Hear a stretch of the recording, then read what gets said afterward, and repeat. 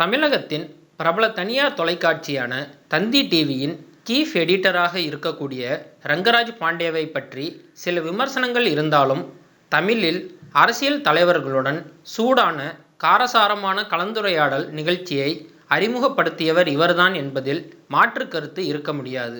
பிரபல தமிழ் செய்தித்தாளான தினத்தந்திக்கு சொந்தமான தந்தி டிவியில் தலைமை செய்தியாளராக பணிபுரியும் ரங்கராஜ் பாண்டே கிட்டத்தட்ட 18 வருடங்கள் தினத்தந்தியின் போட்டி நிறுவனமான தினமலரில் வேலை பார்த்தவர் என்பது பலருக்கும் தெரியாது.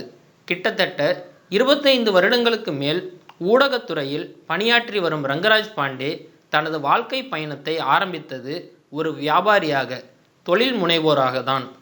இவரது பெயர் மூலமே தெரிந்து கொள்ளலாம், இவரது பூர்வீகம் தமிழகம் அல்ல.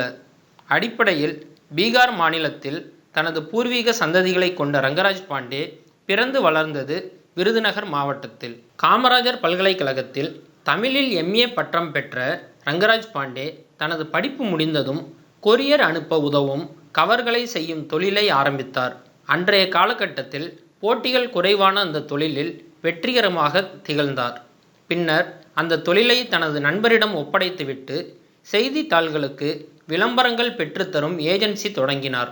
அதிலும் வெற்றிகரமாக திகழ்ந்த பாண்டேக்கு அங்குதான் தினமலர் நிர்வாகத்தின் அறிமுகம் கிடைத்தது. பாண்டேவின் தமிழ் புலமையும் அரசியல் தொடர்பான பார்வையும் அவரை தினமலரில் வேலைக்கு கொண்டு வந்து சேர்த்தது. மிகவும் அடிப்படையிலான வேலையில் தினமலரில் சேர்ந்த பாண்டே அங்கு தலைமை செய்தி ஆசிரியர் ஆகும் அளவிற்கு உயர்ந்தார்.